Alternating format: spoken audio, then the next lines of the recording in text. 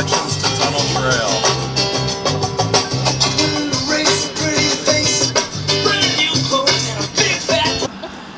Hello, welcome back to another Wildlife Wednesday. Today I am hot on the trail in the Kickapoo River of a 6-foot woodchuck. They are stuck currently. That's okay.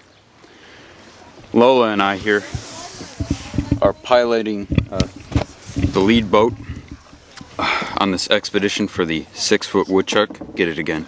6-foot woodchuck. Similar to the one I've discovered out at Bethel Horizons, main site. Oh yeah! Hey detective, come in here. What you come in, detective, come get a look at this. Oh no! Oh my. Crikey, that's a Lord, that's a brute. However, today it'll take place on the Kickapoo. Maybe as we're going along we can learn a thing or two as well. Okay, stay tuned.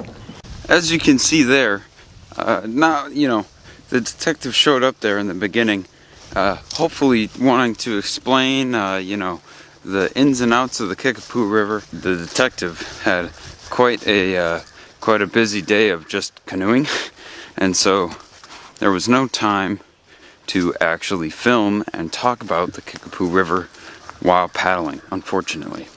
But that's okay, because I'm still gonna talk about it with you, and hopefully teach you a few things about the Kickapoo River kind of ecosystem, because it's one of the most unique in Wisconsin. And this cliff right here, right next to Point Campfire, will be the perfect area to explore, to show you what the conditions are like on the Kickapoo.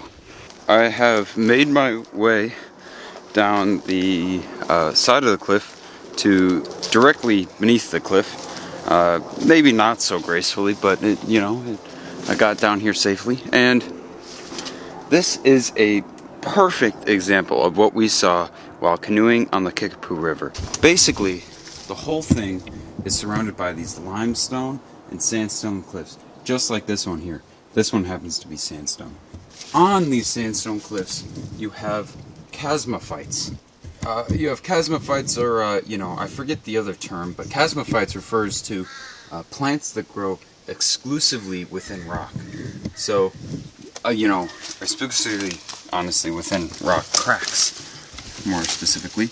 So you see this here, this is a species of Myriopterus. This is a Myriopterus fern, and it is growing right in this crack here. And you really only ever see them growing kind of in the cracks of the rock. So they are chasmophytes.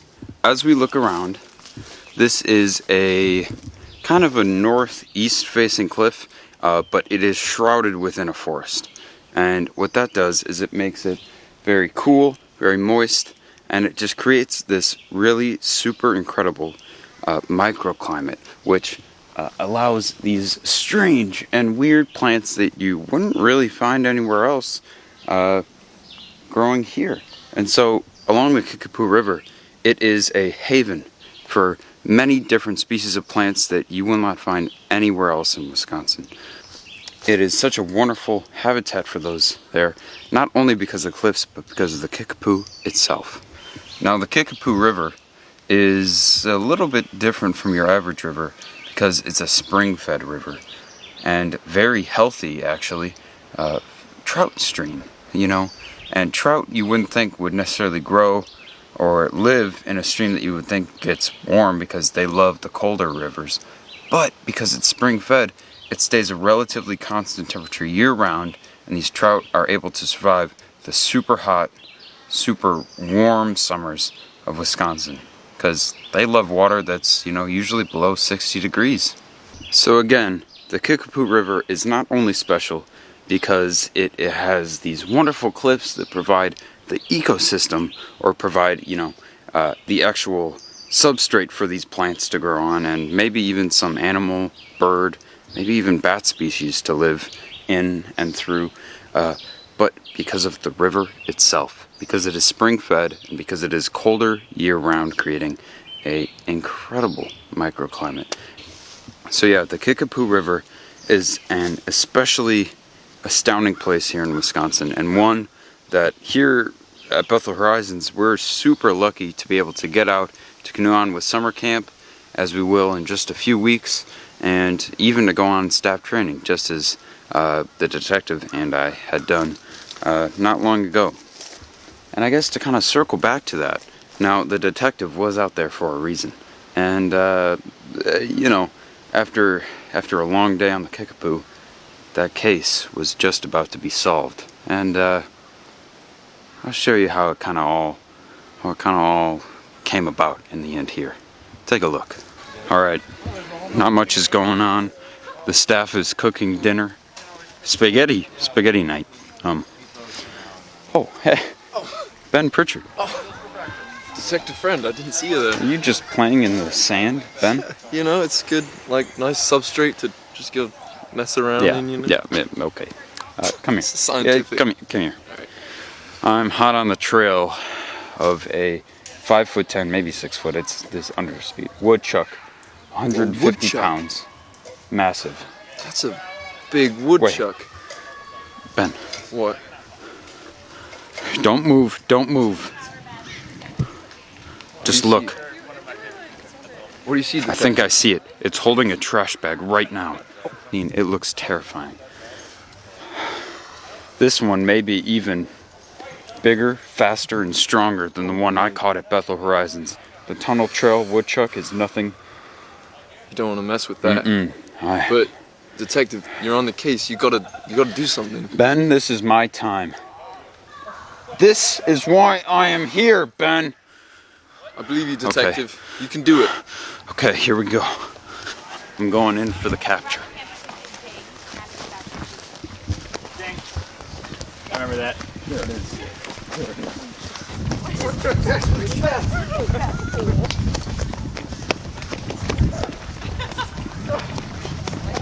Woodchuck has better footwear.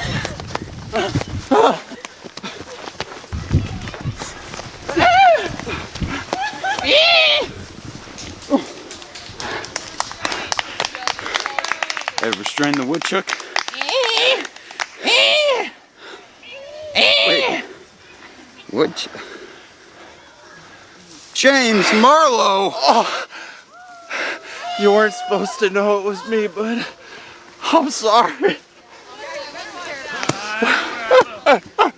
You weren't supposed to know. I never had seen this coming. This truly a twist. Yet another mystery solved. A case that will go down in history as maybe the most important in Tunnel Trail, Kickapoo River, and Bethel Horizons history ever.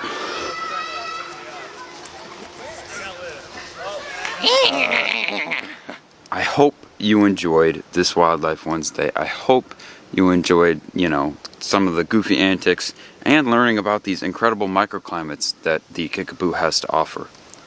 Either way, I hope you get outside before next week's Wildlife Wednesday, before I see you again on the next Wildlife Wednesday.